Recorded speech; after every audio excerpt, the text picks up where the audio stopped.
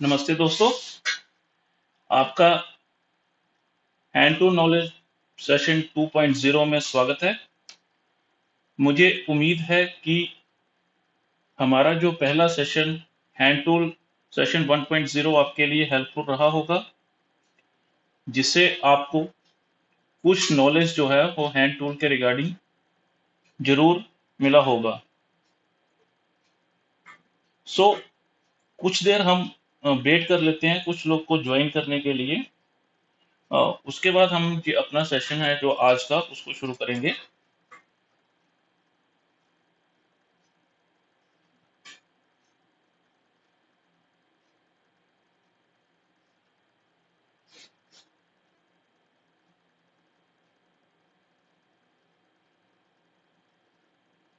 हमारा जो आज का सेशन है वो बेसिकली सॉकेट्स के ऊपर है। मैं आपको बताऊंगा कि सॉकेट्स में क्या क्या टेक्निकल पैरामीटर्स, क्या क्या उसकी मैकेनिकल प्रॉपर्टीज और केमिकल प्रॉपर्टीज रहती हैं, और कैसे हम इन सॉकेट को प्रोड्यूस कर सकते हैं, मैन्युफैक्चरिंग कर सकते हैं।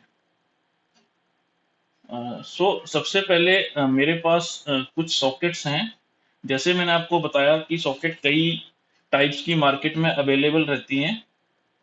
सबसे पहले मैं आपको दिखा रहा हूँ, ये जो सॉकेट है इसके इस साइड को हेक्सेंट कहते हैं। हेक्सेंट इसलिए कहते हैं ताकि इसके अंदर जो है वो 6 कॉर्नर्स हैं, और जो दूसरा एंड है इसको स्केयर ड्राइव कहते हैं। स्केयर ड्राइव का मतलब कि जिससे ये ड्राइव होती है, जिससे ये सॉकेट ऑपरेट होती है।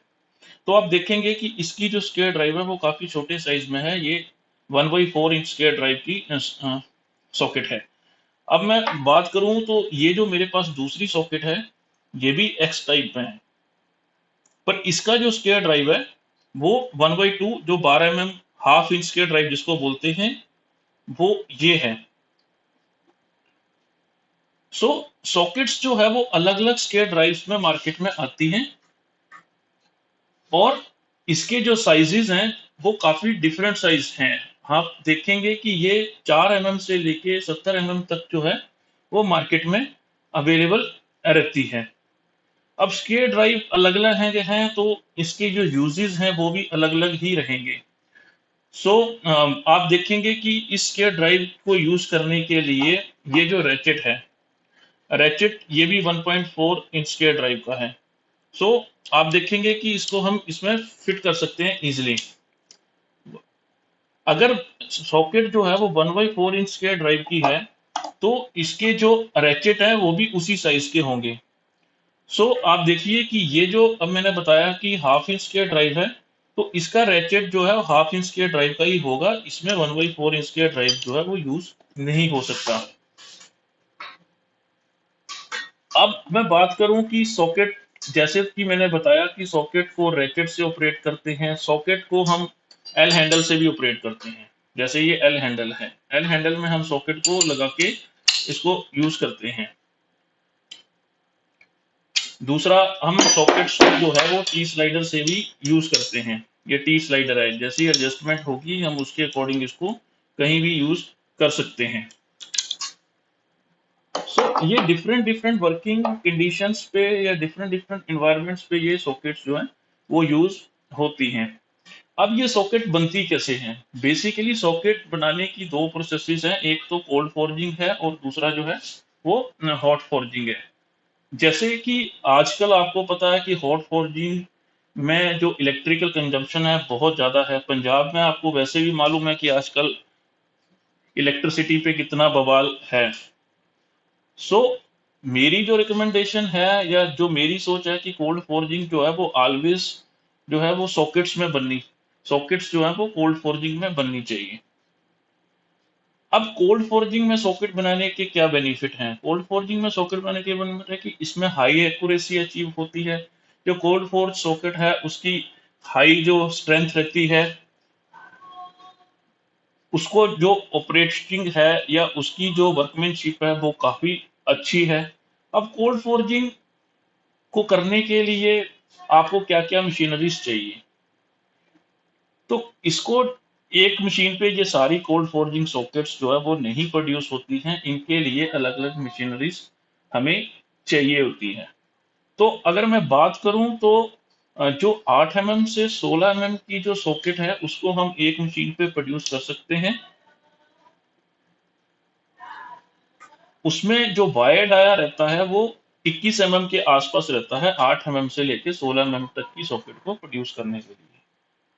अब जो 16 से आगे के साइजेस हैं, जैसे कि आप मानिए 17 और 20 mm तक की जो साइज है, 17, 18, 19, 20, उसको बनाने के लिए हमें 25 mm की वायर डाया चाहिए रहता है। वायर डाया जो मैं बोल रहा हूँ वो ऑलवेज एक सॉलिड सॉलिड में चाहिए रहेगा। अब जो 20 से ऊपर की सॉकेट है, 21, 22, 23, 24, ये जो सॉकेट्स हैं, ये जो बनती हैं, ये 31 mm वायर डाया में बनती हैं। अब जो इससे ऊपर की सॉकेट्स हैं, 25, 28, 30, 32, ये जो सारी सॉकेट हैं, ये 42 mm वायर डाया में जो है वो बनती हैं। अब आप देखोगे कि 4 डिफरेंट साइज के वायर डाया हमें चाहिए, तो 4 डिफरेंट साइज की हमें डाइज भी चाहिए। अब जो डाइज इसमें है, डाई और पंच का जो अरेंजमेंट है, वो 6 स्टेशन डाई एंड पंच इसमें यूज करते हैं। अगर हम 6 station die and punch use करेंगे तो हमारी जो प्रोडक्शन है वो 1 मिनट की अराउंड 60 पीसेस जो है हम कोल्ड फोर्ज सॉकेट जो है वो प्रोड्यूस कर सकते हैं और हाई एक्यूरेसी में। अब 60 पीसेज अगर आप 1 मिनट के सोच रहे हैं तो आप सोचिए प्रोडक्शन कितनी फास्ट होगी।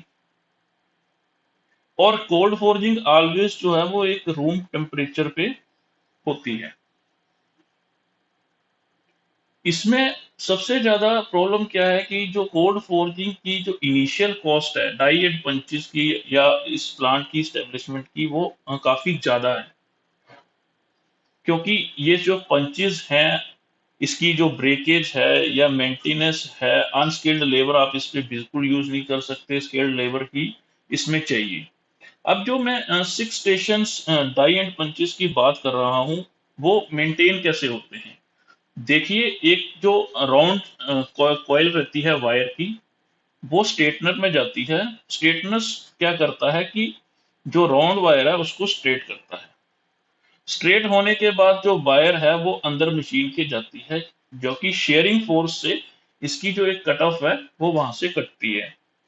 कट ऑफ काटने के बाद जो है ये first stage die finger transfer mechanism इसमें रहता है कि एक स्टेज दूसरी स्टेज को जो है वो कट ऑफ जो हमारा रहता है सॉकेट मैन्युफैक्चरिंग के लिए, वो दूसरी स्टेज को देती है।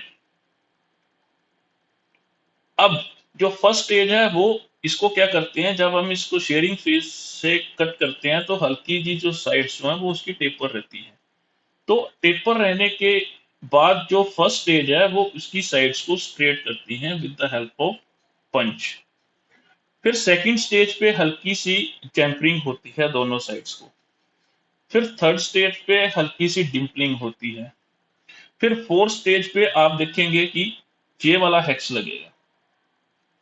और फिफ्थ स्टेज पे आप देखेंगे कि ये वाला स्क्वायर लगेगा। और सिक्स स्टेज पे ये जो है जो सॉकेट वो थ्रू हो जाती है, थ्रू होल हो जाएगा इसका आपस में आर पार। तो इसके बाद जो है वो सीधी प्रोडक्शन जो है हमारी बाहर आ जाती है। तो ये जो सॉकेट है ये एक फोर्स सॉकेट है इस टाइम मेरे पास। तो इस सॉकेट्स में 12 कॉर्नर हैं और इस सॉकेट में 6 कॉर्नर है। तो 6 कॉर्नर वाली सॉकेट को हम हेक्स सॉकेट कहते हैं और इस सॉकेट को हम बाई हेक्स सॉकेट कहते हैं, क्योंकि इसके 12 कॉर्नर्स हैं। तो ये एक फोर्ज सॉकेट है। अगर आप इस फाइनल सॉकेट को देखेंगे तो आप देखेंगे कि ये डाई जो है वो मशीन्ड हुए रहते हैं, इसमें स्टैंपिंग है, इसमें साइज लिखा रहता है। तो ये सारी प्रोसेसेस जो है वो इस फोर्जिंग के बाद की हैं। अब ये फोर्जिंग हो चुकी है, ये इसके बाद हम इसको जो है वो मशीनिंग के ऊपर लेके जाते हैं। मशीनिंग में हम अकॉर्डिंग टू जो साइजेस हैं, ये जो साइजेस हैं इनको बनाते हैं। इनको मेंटेन करने के बाद फिर हम ये दोनों मशीनिंग होने के बाद, ये साइड फेस टेम्परिंग होने के बाद, ये टेम्परिंग होने के बाद, इसके बाद हम इसकी सेंटरलेस ग्राइंडिंग करते हैं। सेंटरलेस ग्राइंडिंग होने के बाद हम इस पे जो है स्टैंपिंग करते हैं। स्टैंपिंग होने के बाद हम इसको फिर हीट ट्रीटमेंट के लिए लेके जाते हैं। वहां पे हम जो हार्डनेस है वो 42 से 45 HRC इसमें मेंटेन करते हैं। जब हम इसमें हार्डनेस 42 से 45 HRC तक मेंटेन करते हैं तो इसकी जो टॉर्क बेयरिंग कैपेसिटी है वो अराउंड 1000 न्यूटन मीटर के आसपास हो जाती है। ये जो सॉकेट्स हैं वो 1000 न्यूटन मीटर जबकि 100 किलो जो लोड है उस पे इजीली जो है ये टॉर्क बियर कर सकती हैं, इसमें कोई भी प्रॉब्लम नहीं आती है। तो हीट ट्रीटमेंट होने के बाद ये इलेक्ट्रोप्लेटिंग इस पे होती है। अगर आप देखेंगे तो इसमें निकल क्रोम की प्लेटिंग की गई है। जो निकल क्रोम की प्लेटिंग है वो अराउंड 8 से 10 माइक्रोन इंच पे रहती है, जिससे कि इसकी जो लुक एंड फील आप देखिए ये कितनी अच्छी तरह से शाइन कर रहा है। तो ये सारी प्रोसेस के बाद जो है वो सॉकेट कंप्लीटली प्रोड्यूस होती है। ये किसी एक मशीन का काम नहीं है, ये सेट ऑफ मशीनरी इसमें यूज होती है। पर आप इसका यूजेस देखेंगे तो इसके यूजेस जो है वो हर जगह पे हैं। आप देखेंगे कि एलईडी इंस्टॉलेशन के लिए जो पीछे अरेंजमेंट लगता है उसमें सॉकेट यूज होती है। एसी इंस्टॉलेशन में जब जो पीछे ब्रैकेट लगती है उसके जो नट बोल्ट टाइट के लिए सॉकेट यूज होती है। आप ऑटोमोबाइल में देखिए, टू व्हीलर में सॉकेट यूज होती है। आप फोर व्हीलर में देखिए, गाड़ियों में सॉकेट यूज होती है। तो अब डिपेंड करता है कि ये 1/4 साइज बनाने की जरूरत क्यों है।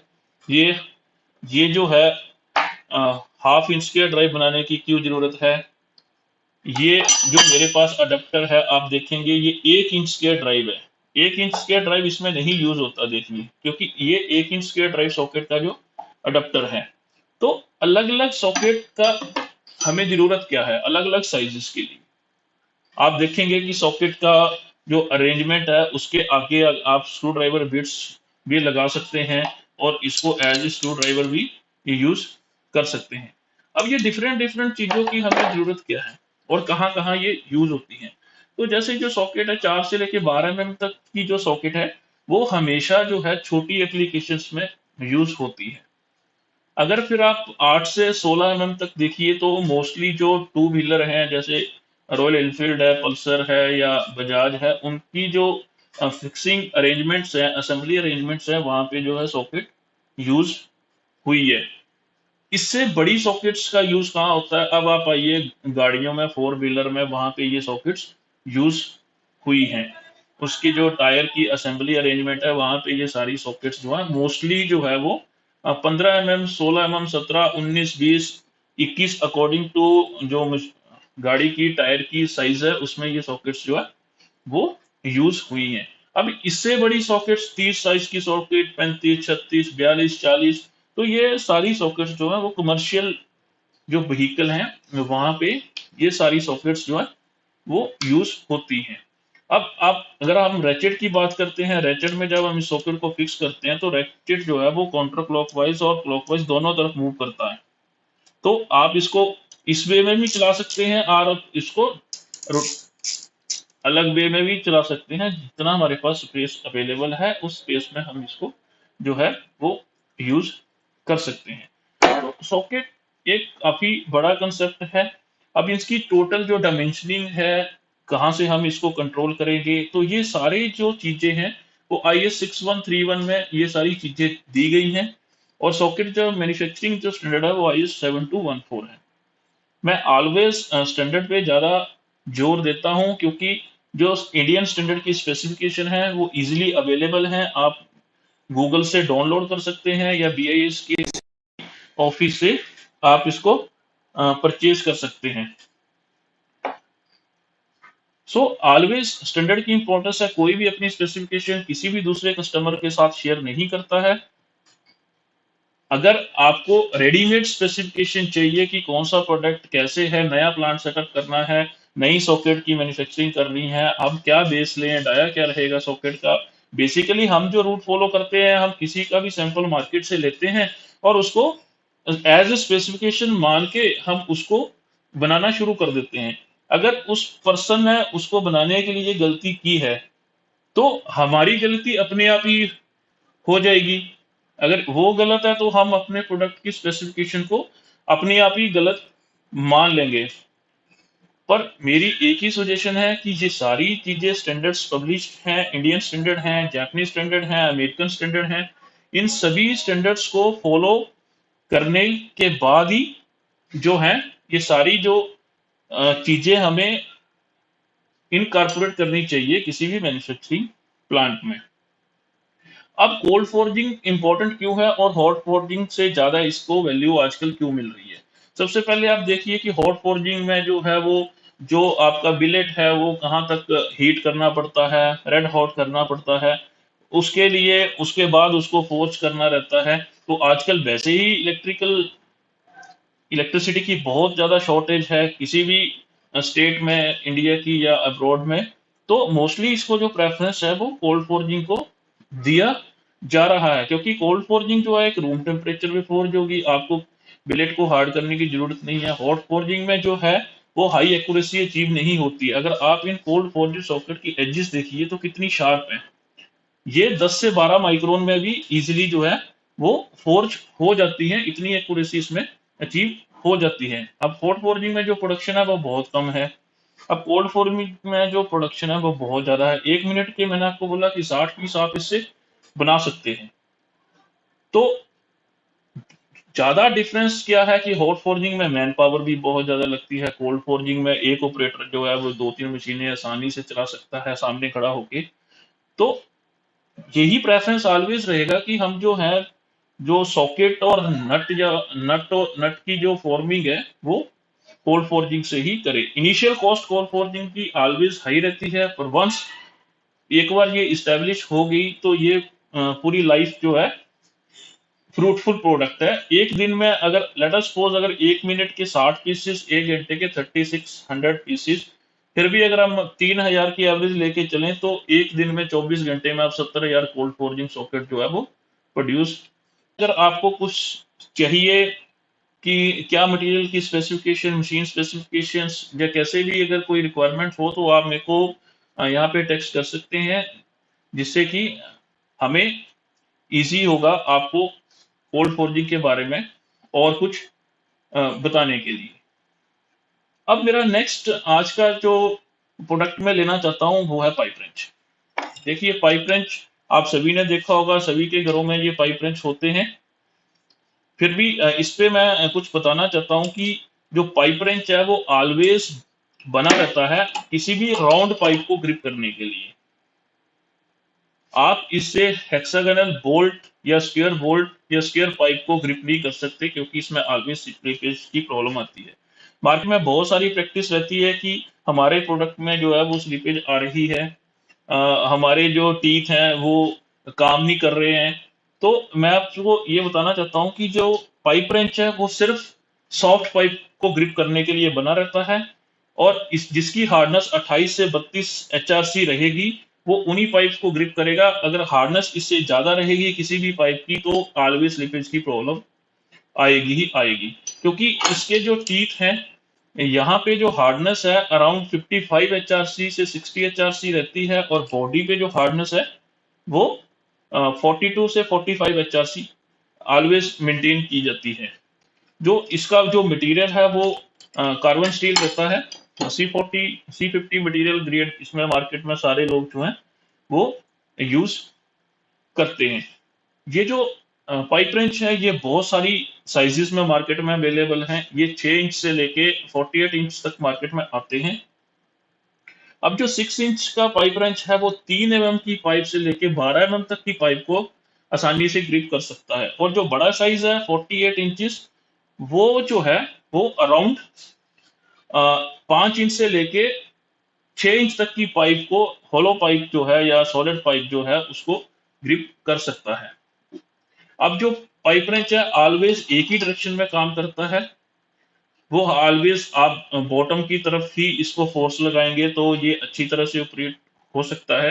पाइप रेंच को जो टीथ है उसमें सेंटर में आपने किसी भी पाइप को या किसी भी कंपोनेंट को ग्रिप करना है ताकि उसमें स्लीपेज की प्रॉब्लम ना आए। पाइप रेंच यूज करते टाइम ऑलवेज जो सॉफ्ट राउंड पाइप है उस पर अपने इंप्रेशन देता है।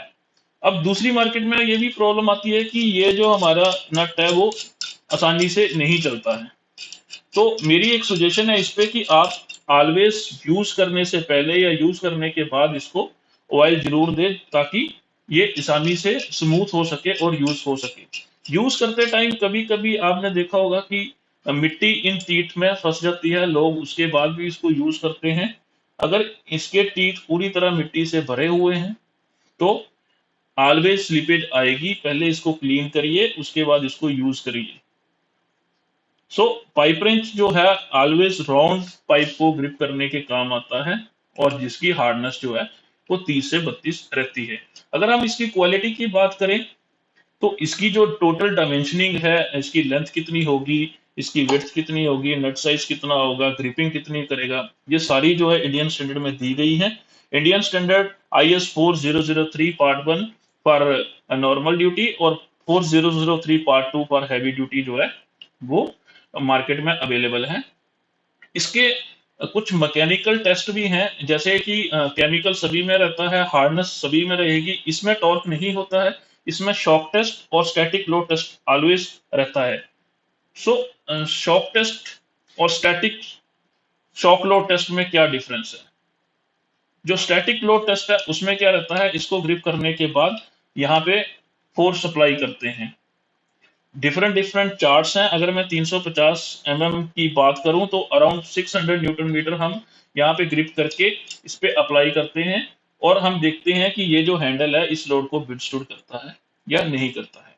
अब मैं इसके दूसरे टेस्ट की बात करता हूं तो वो है static shock load test. Static shock load test में क्या रहता है कि लेट अस सपोज की 1000 न्यूटन मीटर हमने स्टैटिक लोड टेस्ट में इस पे अस्यूम किया है, तो हम उसका 25% लोड जो है वो कम करते हैं। मीन्स 750 न्यूटन मीटर लोड इस पे अप्लाई रहेगा, और इसको 300 की हाइट से हम जो है वो 20 केजी या 25 केजी या 30 केजी अकॉर्डिंग टू साइजेस इस पे वेट फेंकते हैं। उस वेट से इस पे शॉक पड़ता है, इसीलिए इसको स्टैटिक शॉक लोड बोलते हैं। शॉक पड़ने के बाद वो देखते हैं कि ये हैंडल जो है व्हेन टॉर्क अप्लाइड होता है टूटता है या नहीं टूटता है। तो ये सारे टेक्निकल पैरामीटर्स हैं पाइप रेंच की क्वालिटी को चेक करने के लिए। इसको बनाने की जो भी प्रोसीजर है, क्राइटेरिया है, वो सारा स्टैंडर्ड्स में 4003 में दिया गया है। सो नेक्स्ट आज मैं एक और टॉपिक पे बात करना चाहता हूँ, जैसे इंजीनियरिंग फाइल्स। इंजीनियरिंग फाइल्स आपने देखी होंगी, इनको इंजीनियरिंग फाइल्स बोलते हैं। ठीक है, इंजीनियरिंग फाइल्स काफी टाइप की मार्केट में अवेलेबल है। पहले मैं इसका थोड़ा सा आपको ये बता देता हूँ कि इसको टिप बोलते हैं, जहाँ पे टीथ कटे रहते हैं, ये फेसेस हैं, ये एजेस हैं। इस पोर्शन को जहाँ ये हैंडल के साथ जुड़ता है इसको हील बोलते हैं, और ये हैंडल्स। तो ये बेसिकली फाइल्स के नाम है। फाइल्स मार्केट में बहुत सारी साइजेस में या बहुत सारी टाइप्स में अवेलेबल है। मोर देन 20 साइजेस और 20 टाइप जो है वो फाइल्स के मार्केट में आते हैं। ये 20 इंच तक भी साइज जो है मार्केट में अवेलेबल है। अब क्या क्या डिफरेंट टाइप की फाइल्स जो है वो मार्केट में है। नंबर वन आप बोल सकते हैं कि single cut file. Single cut file में ऑलवेज जो है जो टीथ है वो सिंगल बने रहते हैं। उसके बाद आती है बस्टर्ड, उसकी जो कट है वो और रिफाइंड रहते हैं सिंगल कट फाइल से। उसके बाद स्मूथ फाइल आती है सिंगल कट में, और ये सारी फाइलें जो है वो डबल कट में भी आती हैं। Double cut in the sense कि एक कट ऐसे रहता है और दूसरा कट जो है वो ऐसे रहता है। तो ये इंजीनियरिंग फाइल्स बेसिकली हम यूज कहाँ पे करते हैं? इंजीनियरिंग फाइल्स का जो यूजेस है वो ऑलवेज हम किसी भी मेटल को रिमूवल के लिए हम काम करते हैं। जैसे फाइन टचिंग हमें कहीं पे देनी रहती है तो हम ये सारी जो फाइल्स हैं इनका यूज करते हैं। इन फाइल्स के जो टीथ का एंगल है वो ऑलवेज 65 से 85 डिग्री का रहता है। मतलब इस बॉटम लाइन से इनका जो एंगल है वो 65 टू 80 डिग्री रहता है। फाइल की जो हार्डनेस है वो अराउंड 62 HRC इसमें रहती है इसके टीथ्स में, ताकि ये यूज करने के टाइम जो है वो इजीली बियर ना हो। सो फाइल्स में भी सेम प्रॉब्लम है जैसे कि पाइप रेंच में थी, कि लोग कहते हैं कि हमारी फाइल्स ना जो है वो मेटल को रिमूव नहीं कर रही। तो जब भी हमने देखा कि फाइल को यूज करते टाइम में इसके सारे जो टीथ हैं वो मिट्टी से भर जाते हैं, तो हम उसको क्लीन नहीं करते और उसको यूज करी जा रहे हैं। सो मेरा एक ही सजेशन है कि कभी भी हमें यूज करने के बाद इन सभी टूलों को क्लीन करना पड़ता है। उसके बाद ही जो है वो इन फाइल्स को प्रॉपरली यूज में ला सकते हैं, नहीं तो ये प्रॉब्लम ऑलवेज रहेगी कि हम जो फाइल्स को हैं, फाइल्स जो हमारी हैं उनके जो टीथ हैं वो काम नहीं करते हैं। तो इसमें एक मेरा सेफ्टी पॉइंट ऑफ व्यू भी है कि अगर आप देखिए कि ये जो फाइल का जो हैंडल है वो कितना शार्प है, तो हम इन फाइल्स को सच एज यूज नहीं करना चाहिए, क्योंकि जब भी हम इससे फोर्स लगाते हैं तो ये हमारा जो हैंडल, जो स्ट्रेट हैंडल है, तीखा हैंडल है, ये हमारे हाथ में कट दे सकता है। तो ऑलवेज मेरी सजेशन है कि फाइल को यूज करने से पहले इसमें हैंडल फिट करिए, ताकि आपको इस कोई भी हार्मफुल ना हो और एक्सीडेंट से बचा जा सके। आज के टॉपिक में मेरे पास, मैंने आपको बताया कि सॉकेट्स का क्या यूजेस है, कैसे ये बनती हैं, पाइप रेंच के बारे में मैंने आपको बताया, और इंजीनियरिंग फाइल्स के बारे में मैंने आपको बताया। तो मुझे उम्मीद है कि जो हैंड टूल नॉलेज 1.0 आपके लिए काफी अच्छा रहा होगा। सिमिलरली आज का सेशन हैंड टूल नॉलेज 2.0 भी आपके लिए बेनिफिशियल रहेगा। आप मुझे आपकी जो भी क्वेश्चन होंगे, क्वेरी होंगे, वो आप मेरे साथ शेयर करिए। क्या आपको किसी स्पेसिफिक प्रोडक्ट पे कुछ स्पेसिफिक सॉल्यूशंस चाहिए, आपको कोई टेक्निकल इश्यूज आ रहे हैं, या आपको क्वालिटी कंसर्न है, तो आप मुझे यहाँ पे मैसेज डालिए। कोई पर्टिकुलर आपको टेक्निकल सेशन चाहिए किसी पर्टिकुलर प्रोडक्ट पे, मैं उसको यहाँ पे एक्सप्लेन करने की कोशिश करूंगा, अगर मेरे पास उसका सोल्यूशन हुआ तो।